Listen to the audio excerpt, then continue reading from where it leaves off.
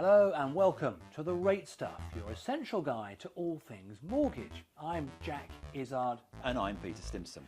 On today's show, we've got some good news, we think, on the interest rate front, because the latest inflation data show that CPI stayed at 3.8%. So potentially some good news on mortgage rates. Peter, you've seen some developments in swaps. Yes, swaps are down 10 basis points this morning and still ticking down slightly. Okay, well, don't hold your breath, but we could start seeing the tectonic plates of the Bank of England Monetary Policy Committee change. So stay with us for today's show, where we talk about inflation, interest rates, and what's going on in the housing market.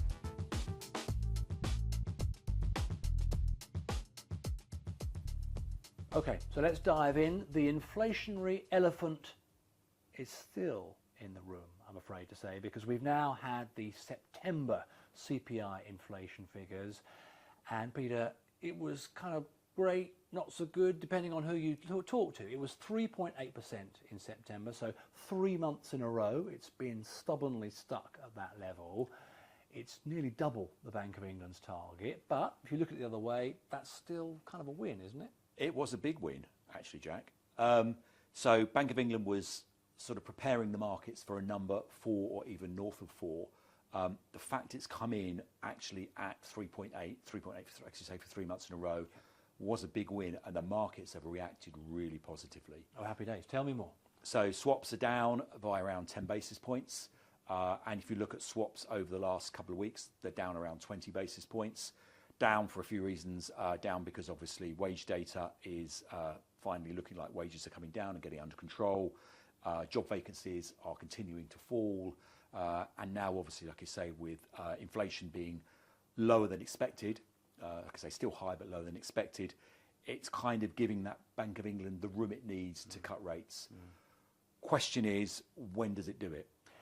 It's a timing factor, really. Well, I think we'll come on to that in a second. I mean, just in terms of the sentiment and why the swaps market has reacted in the way it has, do you think there's an element of looking beyond that headline figure? So the headline figure, 3.8%, Yep. It's good in as much as it wasn't any worse, and it wasn't that kind of 4% plus blowout.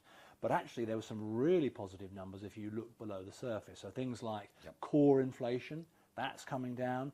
Food price inflation, that's cooling, so great news for consumers. Food prices still rising, but rising more slowly. And then wage inflation, that's coming down as well. And all of these things can contribute to future inflation. So the fact they're cooling, that's got to be a sign that inflation is going to move in the right direction in future. Absolutely. There wasn't any kind of one-offs or anything within the data that kind of would allow the markets to go, well, actually, there's the numbers, high, but there's something in there which is worrying us. It all looked like it was under control and was kind of coming down. Okay, so does this mean we've peaked? Possibly. Don't want to get too worried. If I put the swap graph up now, to have a look at, the other bit of good news, if you look at swaps, and we're going back here to Liberation Day, or the 1st of April that most of us commonly know. Who can forget it? Who can forget it? It was, the little chart being held up with all the kind of... One of the highlights of my year, Peter. Tariffs being held out, exactly. It shows you swaps anyway, going back to that point. And swaps now are at the lowest since that point, which is, fairly significant. And it's actually now, at the moment, pricing in on the swap curve 3 rate cuts, which is quite significant. Peter, now, I'll say it's significant because that's the first time I've heard you talk about 3 rate cuts. Last time we spoke, you were predicting 2. Well, so talk to me about time frame. There's a big caveat on the 3 rate cuts because, number one, the data's very new and it's very short, and it's obviously just on kind of a very short time horizon. Yep. And it's very, very dependent on where CPI prints over the next couple of months. And it's incredibly dependent on what happens on Rachel Reeves' budget on the 27th of November.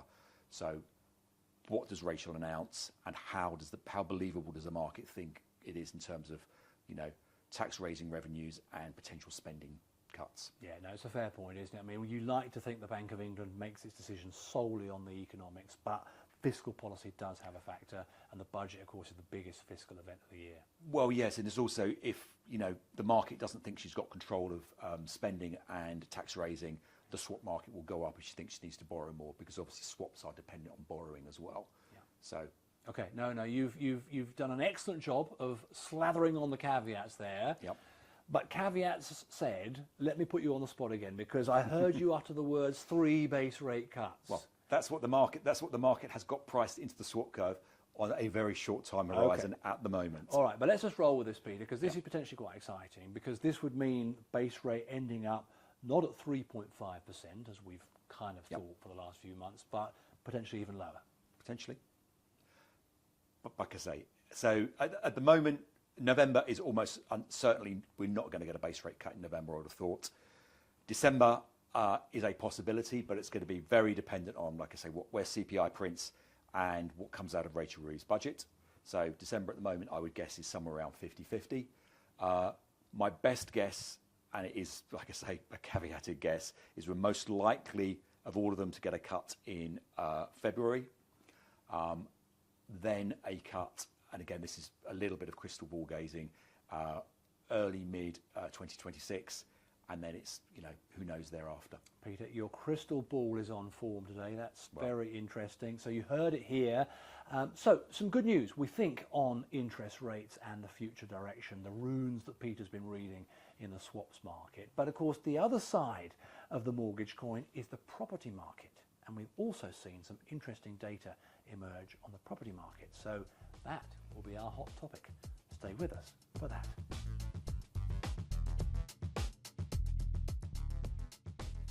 Well, let's look at the property market now, and we finally had the land registry data for August. There's a long lag on that data, but perhaps worth the wait. Now, headline numbers, bit meh, bit so-so. Across the UK, the average property rose in value by 3% in the year to August.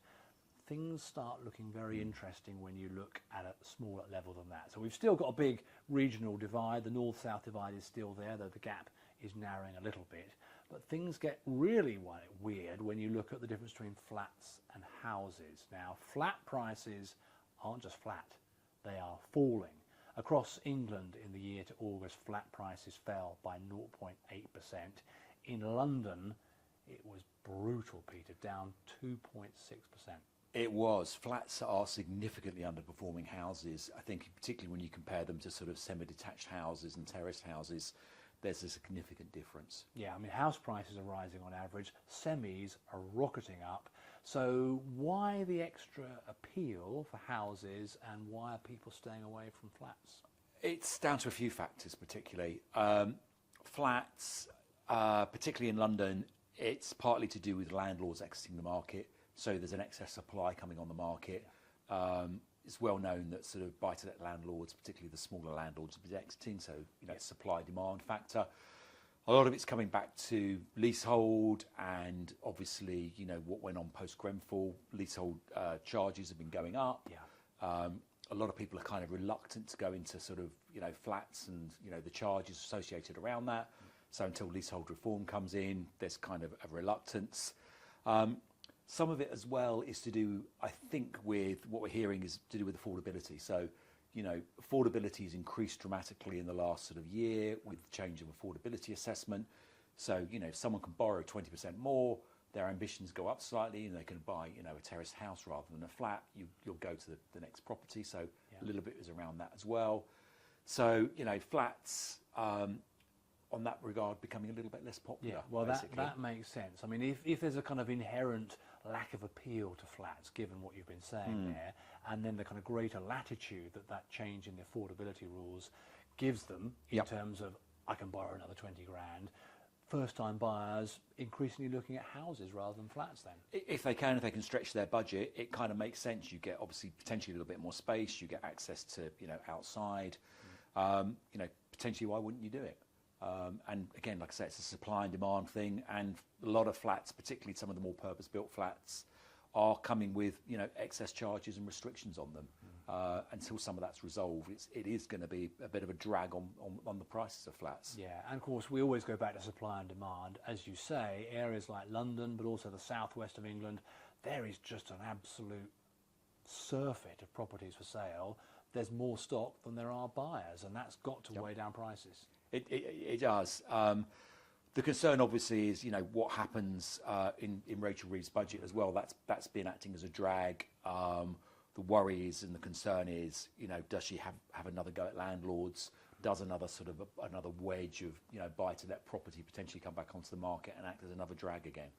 But we'll obviously have to wait and see what happens in that regard. Well, of course, the speculation has already been running wild. I think we're probably as guilty as anyone else of engaging in that speculation. Another week, another rumoured mansion tax, wealth tax comes out. The reality is we don't know. I think one point you made last time we discussed is quite interesting, is it could be that the Chancellor is sort of kite flying. She's running policies up the flagpole. I'm mixing my metaphors there, but you get what I mean. She's road testing these policies and seeing how much pushback there is before she chooses where the hammer falls. Yeah, I think that's quite likely.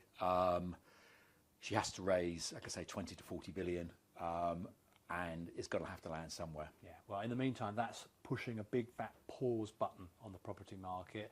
And of course, we're seeing the national average creeping up, but big differences, and flats are not very attractive right now. But I think we won't see any noticeable shift in demand until after the budget.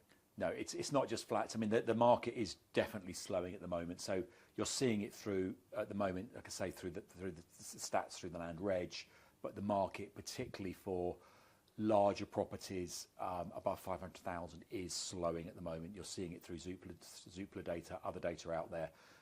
Larger properties that potentially could be affected by the mansion tax, or even above 500,000, which is another rumour, that market is slowing as well. Oh, Peter, there are all kinds of rumours out there. I think we will park it there because we may well come back to that another day. But for now, Peter, thank you very much.